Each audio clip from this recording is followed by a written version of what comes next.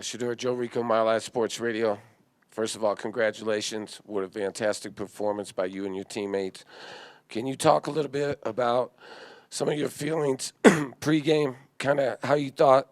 I know your father also gave a great pregame speech that I got to witness. It was amazing. Can you talk a little bit about the focus and the level of intensity prior to the game? Because you guys really showed everyone what you could do. The focus was there all the way. We've been there. We talked about it. We had great preparation, and we knew what we was gonna get. So when we go out for pregame warm-ups, I'm like, okay, this give me flashbacks of just things I've seen before.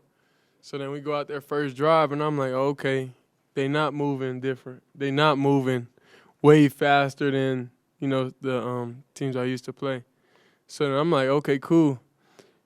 In practice, we getting a way faster look from the one defense than we getting. So I feel like we just out-schemed them, and we just had a great day. Shedeur, when you went back on film, you evaluated your own performance, clearly school record, 510 passing yards, but how did you feel you played? I feel like it was all right. I feel like it was cool. I feel like I missed a lot of stuff.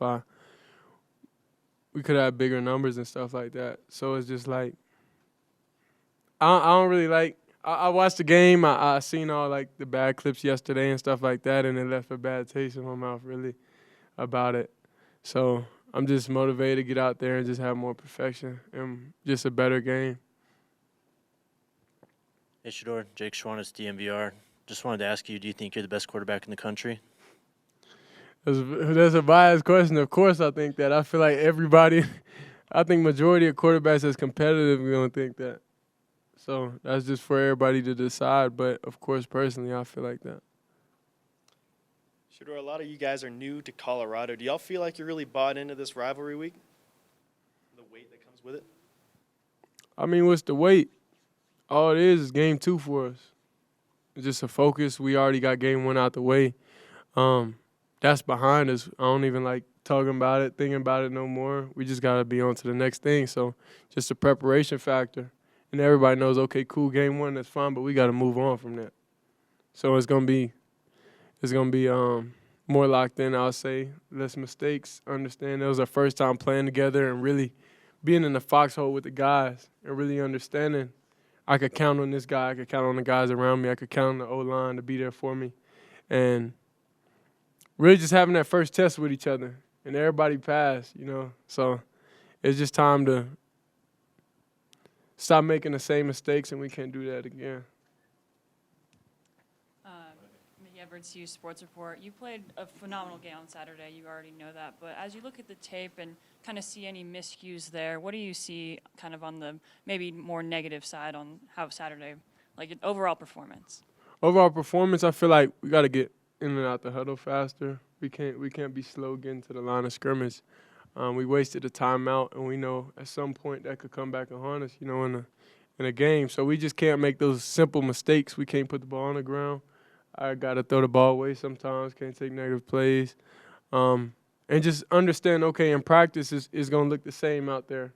So understanding, okay, in the game plan, whatever we got, we just got to get more reps at it, make sure everybody is in the right places so my eyes go straight to the reads and stuff like that. And that's it. Pat Rooney, Boulder Daily Camera. Shedeur, after the game the other day, Coach mentioned needing to get more efficiency out of the ground game on offense. After reviewing the film, what do you feel like has to happen there? Get the ground game going a little bit more, maybe take the pressure off of you in the passing game a little bit? Well, I feel like it's not really no pressure on me, really.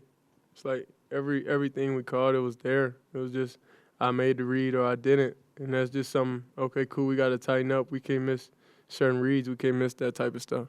Can't miss certain throws. So the run game is going to be there. We just got to lean on it. And we just take what the defense give us. If they're going to let us throw the ball, we're going to throw the ball. If they're going to let us run, we're going to run. So it's just nobody has, prior to the game, nobody knows, okay, cool, we're going to go for this. Like, we didn't know we was going for 510 yards passing. Like, we didn't know that. Well, however many yards, 510, I think.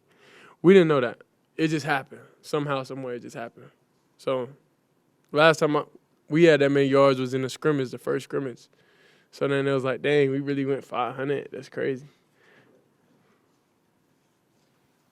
Hey, Shedeur McMiller, Fox 31. Obviously, you guys set a school record with 4 receivers, having over 100 yards. Can you take us into all the amount of work that you put in with your guys and also along with Coach Lewis? Because it seemed like he called a great game and you executed that game plan basically to perfection.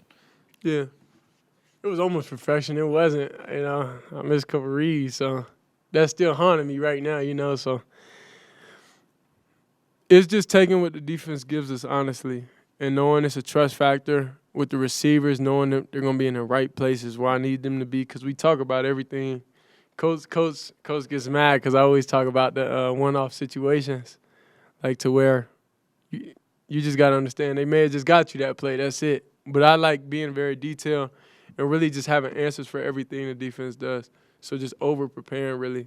So I feel like that's what helped us get to having those numbers in that game. And when you get the ball in the explosive player's hands, that's what happens. And that's not the only – that was just their game this past week. We don't know whose game is going to be next week after. So anybody can have any amount of receiving yards. We're not thinking about that. It's more about where the read takes us and just being in the right spots. Shedeur, Brian Howell from the Boulder Daily Camera. You guys now have tape out there that teams can see of this Colorado team. But do you as a student of the game, do you kind of like the chess match that now goes into it and that you've now got to see what they're going to give you and try to play off of that? Nah, we kind of dictate what they're going to do. Like, we're not thinking about, dang, what they're going to give us, like, because we already know what most likely they're going to think. We know what they're going to do. So it's just like, that's just what it is. So we just focus on, okay, how can we do this better? Like, how can I not miss this read? How can we get off the sideline faster and stuff like that? That's really simply it. If we just execute what Coach calls and do the right thing, he gives us the tools to make every play right almost. So if we're able to do that at a high level, then it's going to be hard to stop. Shedeur, Ariel Orsuto, 9 News. What have you learned about this rivalry with Nebraska since you've been here? And, like, who's kind of taught you about it? What has the team taken from it? And what are you really looking forward to in this game, specifically on Saturday? Don't wear red in the facility. And I got to take the red shirt off my website for my clothes this week. I got to make that call when I get in the locker room. So that's really, we just know the history of it. Colorado, we don't like Nebraska. Simple. So that's just what it is. We just got to focus on that. Okay, cool, we don't like Nebraska, but that's not really going to change, like, the preparation or anything like that, because we prepare like nobody likes us because we know we're going to get everybody's best game. So it's just another thing on top of, like, a little bit more motivation, just a little bit, but we got to already be motivated off rip. Hey, Shedeur, you told us in the offseason that you were going to have too much time to prepare for TCU, and we saw what happened. Now it's a little bit of a different challenge. How do you personally and Coach Lewis microwave that process having less time this time around?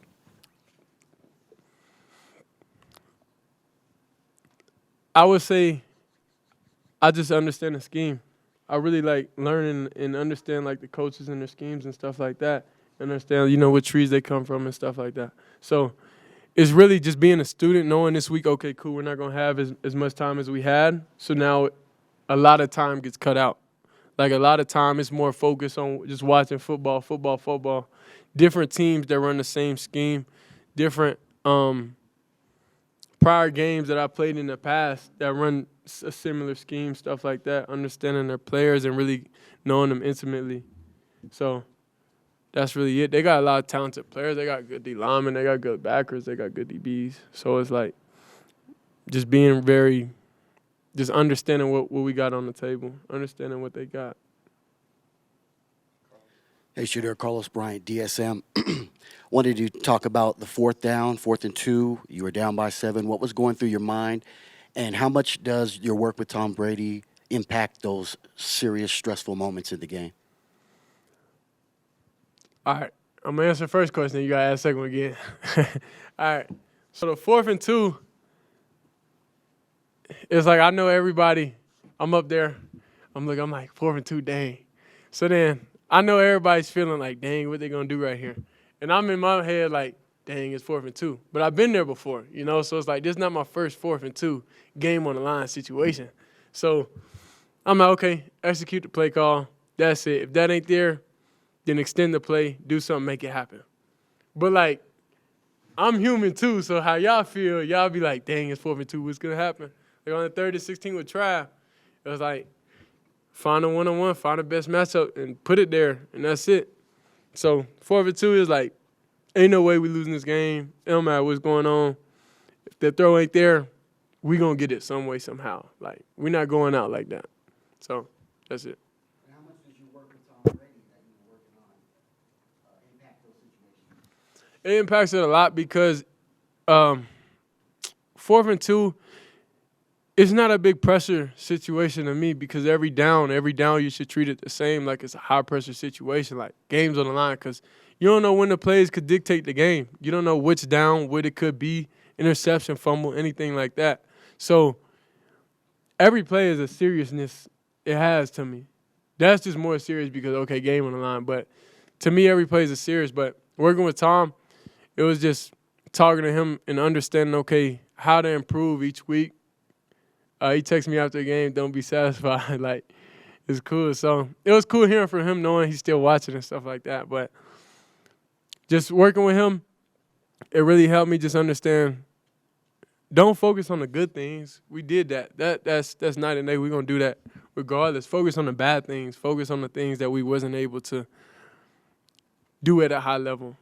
So improve that, then you got a full armor everywhere. But if you just focus on the good, the things in the light, knowing, okay, Dylan had a lot of receiving yards, but it's okay, Dylan, on this one route, you gotta make this decision. So it's just really just like highlighting the bad things that we did and watching that over and over and over and giving us that bad feeling like we can't make that same mistake. Shedeur, Pat Graham, Associated Press. Congratulations. When you're at the center of the college universe like you guys are right now and you've had the week that you did, how do you stay grounded? How do you stay humble? Or do you not want to stay grounded and humble? Do you want to just celebrate the moment? I mean, this ain't my first time here. We had it at Jackson. It was just now it's just a bigger stage, bigger level to where it's on ESPN and TV all the time, like all day. But I don't really. I'm off social media. Not too many people have my phone number. The one I really keep with me. So it's like I don't see none of that stuff, honestly. I don't watch TV at home. Like we probably put on YouTube, watch full games or something here and there, like game film. But that's it. I'm disconnected from that type of stuff because I know what it could lead to.